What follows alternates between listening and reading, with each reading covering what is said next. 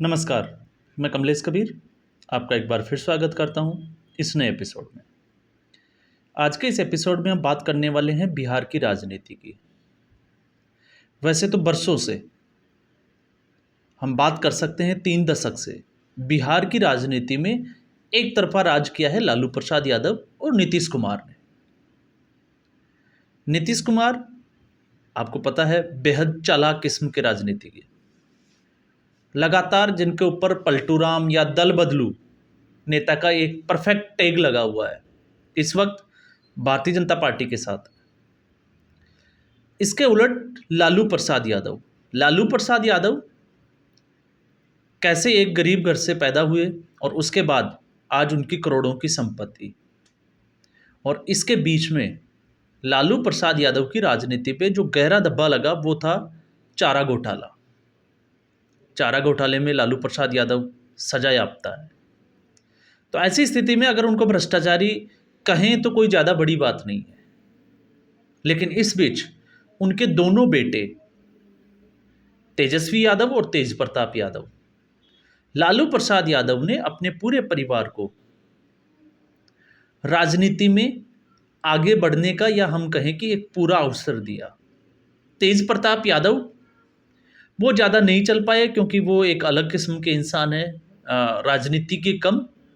और इसको हम कह सकते हैं कि एक कॉमेडियन, या जिसको कहें कि इर्रिस्पॉन्सिबल, जो जिम्मेदारी नहीं लेता हो, इस तरह का अगर हम कहें तो उनकी फ़ोटोज़ वगैरह उससे आपको आइडिया लग जाएगा कि तेज प्रताप यादव जो है वो किस किस्म के इंसान है। लेकिन तेजस्वी यादव पूरी तरीके से जो है वो राजनीति में इस वक्त आरजेडी को संभाले हुए हैं। तो आरजेडी में इस वक्त अगर कोई सबसे बड़ा कद का नेता है तो वो है तेजस्वी यादव। लेकिन तेजस्वी यादव की पहचान सिर्फ और सिर्फ लालू प्रसाद यादव से है। तेजस्वी यादव का अपना कोई वजूद अभी तक राजनीति में हमने देखा हो ऐसा सुनने को नहीं मिला। आरजेडी ने गठबंधन किया और गठबंधन करने के नीतीश कुमार के गठबंधन के साथ उप मुख्यमंत्री जरूर बना दिए गए, लेकिन उसके बाद में ऐसा कुछ हुआ हो तो यह हमें देखने को नहीं मिला। तो अब बिहार की राजनीति जो है वो बदल रही है। जिस तरीके से आपने देखा होगा आज से 10 साल पहले दिल्ली में राजनीति बदली थी। एक ऑफिसर आया इंडिया अगेंस्ट करप्शन से, और दिल्ली की राजनीति जो 15 साल से अपनी जड़ें जमा चुकी थी कांग्रेस पार्टी, उसको उखाड़ फेंका। हालांकि ये अलग बात है कि वही पार्टी और वही नेता आज खुद करप्शन के चार्जेस में जेल के अंदर है। तो राजनीति में कथनी और करनी में बहुत अंतर है।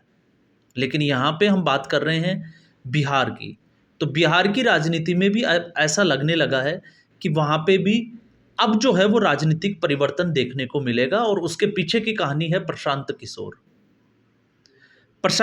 किशोर जो अलग अलग राज्यों में, और हम कहें कि केंद्र सरकार की अगर हम बात करें तो नरेंद्र मोदी के सलाहकार भी रहे हैं। चुनावों की रणनीति किस तरीके से तैयार की जाती है,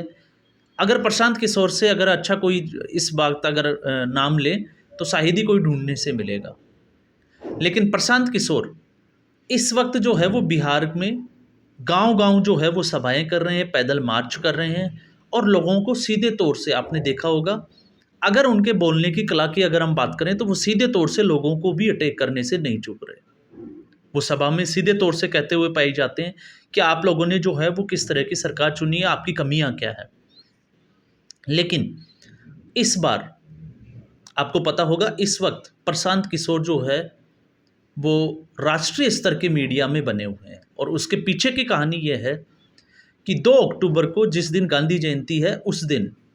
प्रशांत किशोर अपनी नई पार्टी जन सुराज की घोषणा करने वाले हैं, और उन्होंने दावा किया है कि इस पार्टी में लगभग 1 करोड़ से ज़्यादा जो लोग हैं वो शामिल होने जा रहे हैं। तो ठीक ये उसी तरीके से लगता है, और उन्होंने सीधे तौर से, आपको ये भी पता होगा जब आरजेडी के लिए उन्होंने सवाल पूछा तो उन्होंने सीधे तौर से जो है वो तेजस्वी यादव को ये तक कह डाला कि वो 9वीं फेल है, और 9वीं फेल से आप विकास की उम्मीद कैसे कर सकते हैं। हालांकि उन्होंने इसके लिए एक चीज़ और बोली है कि यहाँ पे फेल होना और पास होना ये जो है वो विकास के लिए कोई मायने नहीं रखता, एक राजनीति के लिए कोई मायने नहीं रखता, लेकिन एक मुख्यमंत्री का बेटा जिसके पास सारी सुख सुविधाएं हैं और वो 9वीं फेल हो जाएं, तो ये सोचने वाली बात है कि उसने शिक्षा को कितना महत्व दिया। और ये एक जो है वो बहुत अच्छी बात भी है। एक गरीब आदमी नहीं पढ़े लिखे वो एक समझ में आती है, लेकिन एक मुख्यमंत्री का बेटा और उसके बाद में सिर्फ और सिर्फ उसको विरासत इसलिए दी जाती है कि वो एक मुख्यमंत्री का बेटा है, लालू प्रसाद यादव का बेटा है, और उसी को उसकी पार्टी जो है वो ढो रही है। तो इस तरह के बड़े इल्ज़ाम जो है वो प्रशांत किशोर ने तेजस्वी यादव के ऊपर लगाए, और उन्होंने तो ये भी कह डाला कि अगर वो किसी भी टॉपिक के ऊपर 5 मिनट भी अगर बिना कुछ देखे अगर बोल दे, चाहे वो उसके लिए 5 दिन की तैयारी ही क्यों ना कर ले, तो भी वो ऐसा नहीं कर पाएंगे। तो इस तरीके से वो लोगों को जो है वो जगा रहे हैं चेतना। हालांकि उसका असर जो है वो देखने को मिलेगा कि उनकी जन स्वराज पार्टी जो है वो किस तरीके से अस्तित्व में आती है और उसके बाद में वो सीटें जीत पाती है या नहीं जीत पाती। लेकिन इसमें एक और बड़ी चीज़ है, आपने देखा कि चारा घोटाले में सजा याफ्ता होने के बावजूद भारतीय जनता पार्टी, क्योंकि भारतीय जनता पार्टी आरजेडी और जेडीयू के बाद में अगर किसी पार्टी का वर्चस्व बिहार में इस वक्त है तो वो है भारतीय जनता पार्टी, और गेम चेंजर की भूमिका में है। और ऐसी स्थिति में भारतीय जनता पार्टी भी खुलकर जो है वो इस तरह की भाषा, या हम कहें कि इस तरह की राजनीति, वो भी लालू यादव के खिलाफ अभी तक हमने नहीं देखा कि भारतीय जनता पार्टी का कोई नेता जो है वो इस तरह से कोई फ्रंट खोले हुए बैठा हो और इस तरीके से जो है वो अटैक कर रहा हो, क्योंकि इसकी उम्मीद की जा सकती थी कि भारतीय जनता पार्टी ऐसा जो है वो कर सकती है। लेकिन ये जो काम है वो प्रशांत किशोर कर रहे हैं, और इससे जो है वो आप अंदाज़ा लगा सकते हैं